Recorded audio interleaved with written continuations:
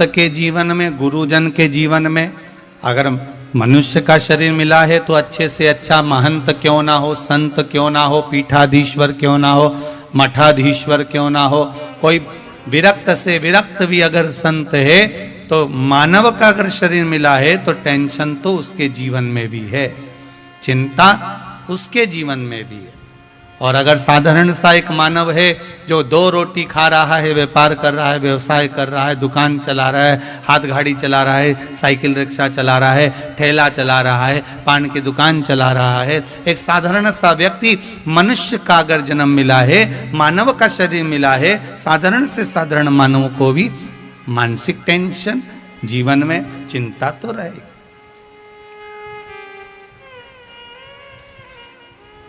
एक बात पहले कही थी, आज फिर कहते हैं।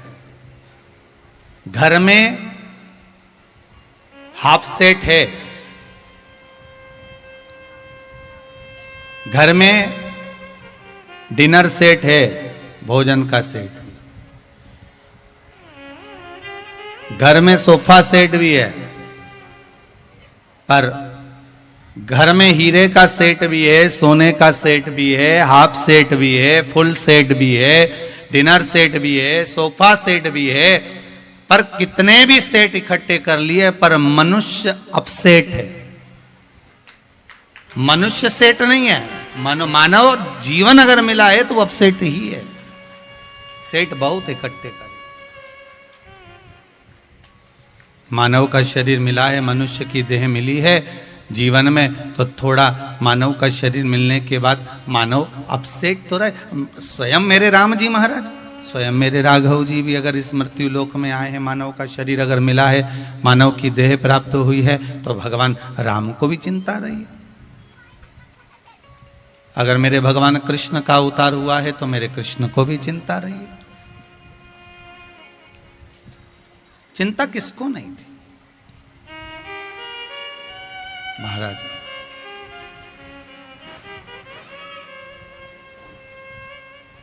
रुक्मणी मैया भगवान कृष्ण की 16,108 रानियों में से एक,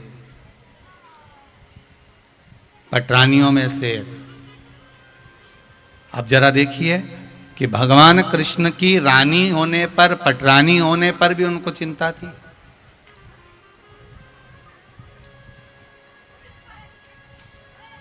घर में बेटे का जन्म हुआ, रुक्मणी मैया के गर्भ से भगवान प्रद्युम्न का जन्म हुआ। श्रीमद् भागवत कथा कहती है, घर में बेटे का जन्म हुआ और बेटे का जन्म होने के बाद 10वें दिन ही बेटे का हरण हो गया।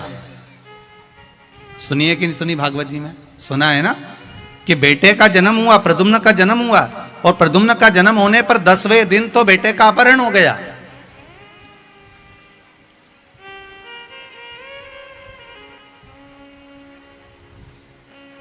केवल 10 दिन का था बेटा, और केवल 10 दिन के उस बेटे का हरण हो गया था, केवल 10 दिन का।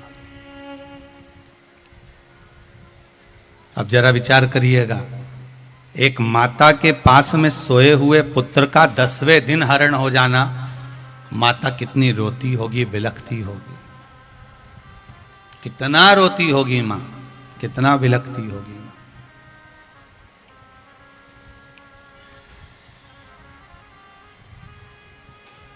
और केवल ज्यादा बड़ा भी नहीं था, केवल 10 दिन का, कितना बिलखना होता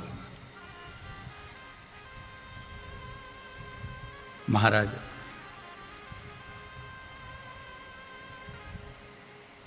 खूब चिंता माता रुक्मणी के जीवन में आई।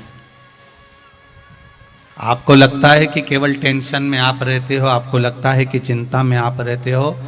शिव महापुराण की कथा कहती है, मानव का शरीर मिला है, चिंता हर एक मानव के जीवन में रहेगी, टेंशन हर एक मनुष्य के जीवन में रहेगा। पर शिव महापुराण की कथा कहती है कि जैसे भगवान कृष्ण रुक्मणी को बार बार समझाते थे, उसी तरह अगर जीवन में कोई टेंशन आए, समस्या आए, तो शिव महापुराण की कथा भी बार बार समझाने का काम करती है कि ये जीवन में आएगा जरूर, पर निकल जाए। दुख आएगा, जीवन में समस्या आएगी, ऐसा नहीं कि समस्या नहीं आएगी, आएगी। मानव का शरीर है तो समस्या तो रहना है।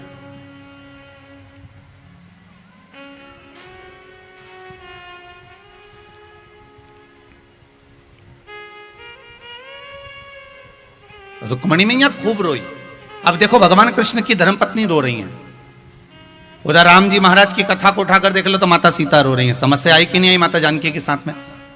राम जी पर भी समस्या आई, राम जी को भी टेंशन रहा, लखन लाल जी को भी टेंशन रहा, भगवान कृष्ण को भी टेंशन रहा।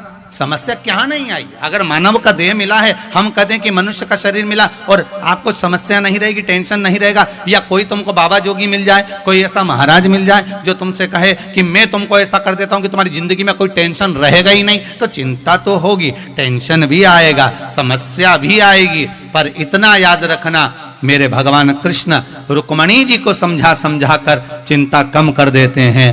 राम जी सीता जी को समझाकर चिंता कम कर देते हैं, और राम जी और कृष्ण जी को चिंता आती है तो देवादिदेव महादेव समझाकर कम कर देते हैं। उसी तरह आपके जीवन में भी समस्या आए, चिंता आए, आएगी, पर हमें भटकना नहीं, हमें शंकर की शरण में रहना, हमें शिव के चरणारविंद में रहना, हमें शिव चरणों की ओर जाना है। जब हम भगवान शंकर के चरणारविंद की ओर जाएंगे, जब हम भगवान शंकर के चरणों का स्मरण करेंगे, शंकर भगवान के चरणों का नाम जाप करेंगे, शंकर भगवान के चरणों का स्तवन करेंगे, तो अपने आप चिंता समाप्त हो।